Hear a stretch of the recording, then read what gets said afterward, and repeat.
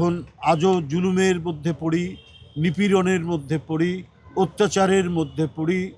যখন দেখি চারিদিকে হতাশা ছেয়ে গেছে, ফ্যাসিবাদ ব্যাপৃত হয়েছে আমাদের দেশের আকাশে, তখন আমাদেরকে প্রতিবাদ করতে শিখিয়েছে কাজী নজরুল ইসলাম। এবং তিনি একটি যুগের অবসান ঘটিয়েছিলেন, যুগান্তরের কবি কাজী নজরুল ইসলাম। শুধু সামাজিক অন্যায় অবিচার নয়, রাষ্ট্রযন্ত্রে বসে থাকা ঔপনিবেশিক শক্তির চোখ রাঙানিকে উপেক্ষা করে তিনি এই উপমহাদেশের স্বাধীনতার প্রথম সুর ধ্বনিত হয়েছিল, নতুন বাণী, বিপ্লবের বাণী প্রচার করেছিলেন কাজী নজরুল ইসলাম। তিনি একাধারে বড় কবি বাংলা ভাষার, বাংলা সাহিত্যের, অন্যদিকে ঔপন্যাসিক, ছোট গল্পকার এবং 4000-এর মতো গান লিখেছিলেন এবং তার অধিকাংশ গানে নিজেই সুর দিয়েছে। এত বড় এক প্রতিভা এই বাংলাভাষী মানুষের মধ্যে খুব কমই জন্মেছে। আমরা কবিতা, তার গান আমাদেরকে অনুপ্রাণিত করেছে। যত বড়ই শৃঙ্খল হোক, যত বড়ই চেইন হোক, যত বড়ই নিপীড়নের খড়গ হোক, সেই খড়গকে সমূলে উৎপাটিত করে সেটিকে ভেঙে রাস্তায় নামতে এবং অন্যায়কে দূরীভূত করে ন্যায় প্রতিষ্ঠিত করতে কাজী নজরুল ইসলামই হচ্ছে আমাদের প্রধান অনুপ্রেরণার উৎস, চালিকা শক্তি।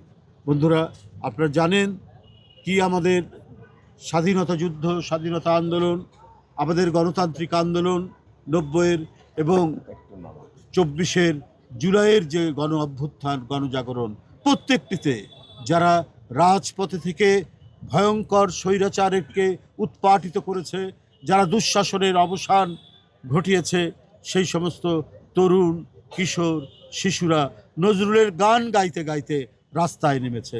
নজরুল দিয়েছে এক বড় শক্তি।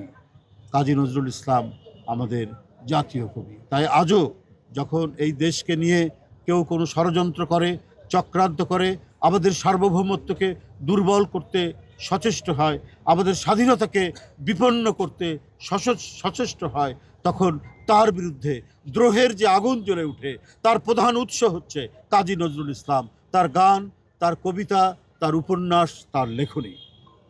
বন্ধুরা আমার, আজ 50তম মৃত্যুবার্ষিকীতে আমরা তার প্রতি জানাচ্ছি শ্রদ্ধা, আমরা তার আত্মার মাগফিরাত কামনা করছি।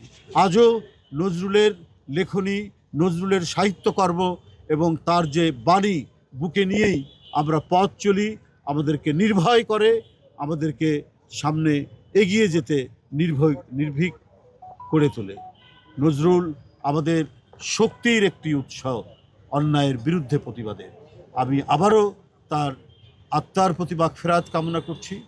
আজকের 50তম মৃত্যুবার্ষিকীতে ইনশাল্লাহ আমাদের এই দেশে এখন যে নজরুলের মতো এই মহিরুহ প্রতিভার যে দরকার, কি বলে, যে তার চর্চা দরকার, অনুশীলন দরকার, সেটি আবারও শুরু হয়েছে। এবং নজরুলকে আমাদের জাতীয় জীবনের প্রত্যেকটি ক্ষেত্রে আমাদের উনি পাশে থাকেন, আমাদের হৃদয়ে থাকেন। আমরা সেই ব্রত নিয়েই আমরা এবং আমাদের প্রজন্ম, আমাদের যে সমস্ত উত্তর প্রজন্ম রয়েছে, তাদের কাছে সেটি আর যত করে আমরা অনুশীলন করব, চর্চা করব, ততটাই তাদের হৃদয়ের মধ্যেও সেটা প্রবিষ্ট হবে। তাই আমাদের প্রতিটি চলাচলের, প্রতিটি জীবনযাপনের ক্ষেত্রে নজরুল এক অবিচ্ছেদ্য অংশ, এক বিশাল অনুষঙ্গ। আবারও আমি আপনাদের সামনে তাকে গভীর শ্রদ্ধা জানিয়ে তার রুহের